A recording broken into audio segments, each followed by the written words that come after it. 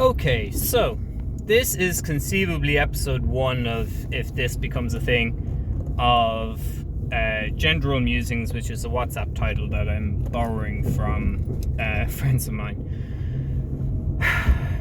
Purely because I have made YouTube videos in the past, and about any time I've had to speak in public about, LGBT issues or, hate and all these other kinds of things, and they don't get a lot of traffic, but, not that I'm doing it to get a load of traffic, but more just to get the thoughts out of my own fucking head. So, to bring in on this one, I was on News Talk, speaking to, can't think of her name now, the 12 o'clock to 2 o'clock show. Her name will come to me when I'm not thinking about it. But anyhow, it was, should gender identity be taught in schools? Didn't say primary, didn't say secondary. They had done a poll of listeners and people, and 42% said no and 40% said yes, and the others are obviously undecided.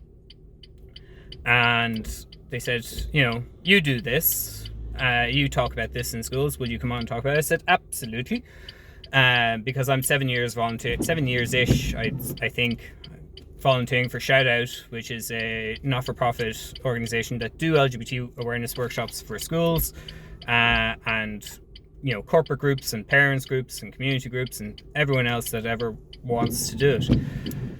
So I consider myself fairly well versed in it all. So yeah, I get up and I say my piece about, gender and biological sex are separate things. That's not, they may get used synonymously, but that's not, that's just problems with language as opposed to anything else. And we're not out to trans kids, we're not out to gay kids. The internet is not beaming it through their screens and, with hypnotic eyes and all these other kinds of things to turn the kids gay, and talking about it is not going to turn them gay, it's not going to turn them trans, it's not going to march them off to Loughlinstown to get surgeries and hormone blockers and all these other kinds of things. It's just not. Having the conversation with kids that may or may not be interested in it is not a dangerous thing, nor is teaching them about art, because the artists that are the people in the room that are artistically inclined and want to do more about it will learn from it and will enjoy learning about it, and it'll make their kind of outlook and their want and their desire and everything else make sense to them. It's the same when I got the word gay when I was around about 12 or so and went and looked at what it meant, and it's not just a happy nice feeling or anything like that. It is same-sex attraction and what this means and what it means in society, and I'm kind of going, oh, well, that all kind of makes sense, and I have a nice title to wrap it all up in, and if I say that to people now, hopefully they'll understand what the hell I'm actually talking about. So it's the same with trans, it's the same with intersex, it's the same with queer, it's the same with bi and pan and ace and asexual and aromantic and agender. It was the same for me with asexuality. When I got the word asexuality, I had to be able to explain it for the workshops. The more I looked into it, the more I was kind of going, yeah, that kind of matches how I'm feeling in a relationship. So we'll start, calling myself asexual as well. Fair enough. It's a word that makes sense to me, and it makes sense to most people that, know what it means. So there we go. Most of it is what I'm talking about on the radio. But anyhow, so a lot of the callers actually were really nice and very supportive and relayed their own experiences with trans family members or friends and everything else. And, the general conversation was actually very good. There were two women in particular, on the other side of the circle, or the opposite end of the spectrum, or the other side, or whatever way you want to call it. I'm going to say the other side of the circle because there's truth in everything that we're saying. It's just that we're all circling around it, and we want to get to one point or another where everyone is treated equally and treated with respect, but we can't all agree on what that means and whether we all win or whether we all lose, or some people win and some people lose. So that's kind of where I'm circling with it. But they got on and, did the whole thing of, well, tomboys and effeminate boys and tomboy girls and effeminate boys and everyone else, and if they're left to their own devices, they'll just be gay.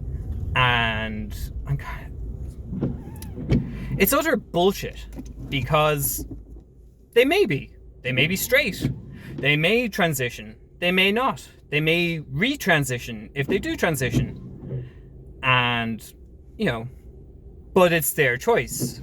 It's them that understands themselves, and it's them that's making the decision. Now, unfortunately, in this particular country, we have self-ID, but not for kids. And if you wanted any kind of help or support or counselling or anything like that, you are pathologized to within an inch of your life, and every fine detail of your life is gone through with a fine tooth comb and then sieved just in case. So it's not an easy thing.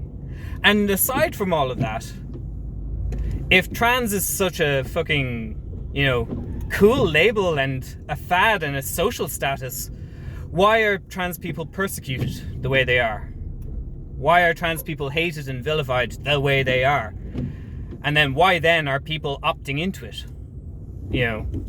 Just to get some, social status or something? I don't think so. But it's just these nonsense myths that keep getting perpetuated, because it's admittedly the same as, saying something as clumsy as "I was born in the wrong body" or "trans women are women."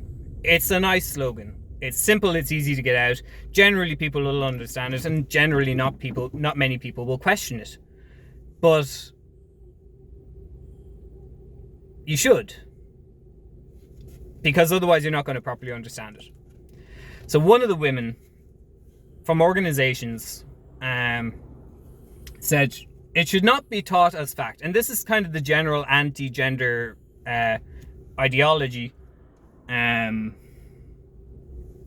points that constantly gets cut out. It's an ideology. It's not science. It's not fact. It's a faith system. It's a belief system. It should not be taught as fact in schools because it confuses the children.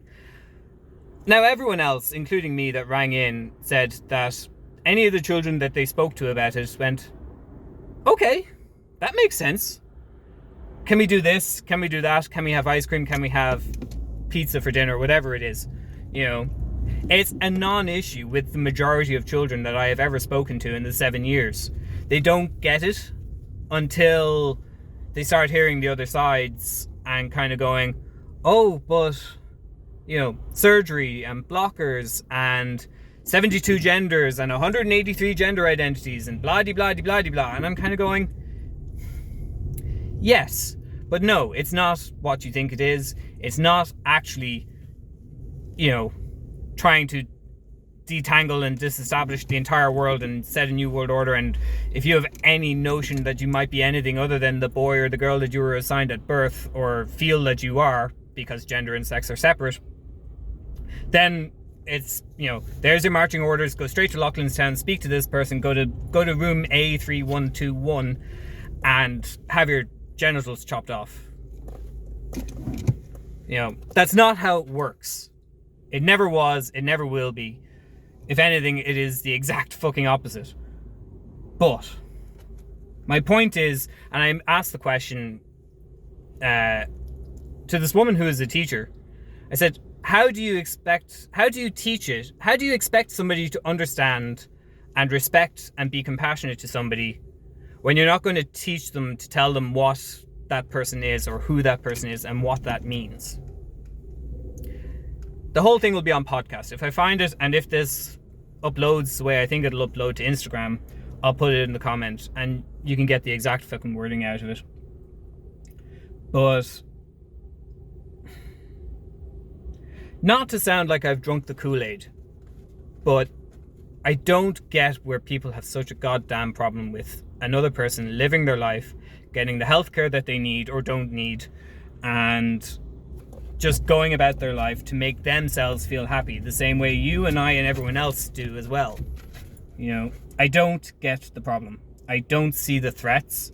Now, I'm a man, so I probably wouldn't see the threats according to some people, because I'm a man, and, you know, I wouldn't have to get changed in front of a predator or have to compete against somebody who could be physically stronger than I am, except the fact that any kind of, you know, climbing that I do or anything like that, I'm generally not the strongest, smartest person on the fucking field. Somebody else is, and I don't give a fuck. So anyway, this is a long story short, and I'm going to try and keep these to 10 minutes because that's my general kind of time that I can ramble on for without getting off topic too far. So there we go. What do you think? Should it be taught in schools? It was asked in a review group that I was in what age kids should learn about LGBTQ and sexual orientations and gender identities and everything else, and the answer to that is 12. Simple. Either back end of 6th class or the start of 1st year. Age appropriate, this is this, that is that, that's what LGBTQIAP+ means. Any questions? Because that's the easiest way that you actually get information to each other, is you allow somebody to ask a question, regardless of what it is, and I answer it as best as I possibly can, but I create the space for the conversation to be had. And as I said, we all circle the topic that we're talking about and eventually find some segment or the whole truth of it that fits for us all, and we come to a much better understanding of it. And that's just the way things should be done, in my opinion, and it is the way I will continue to do things. So there we go. Yeah, what do you think?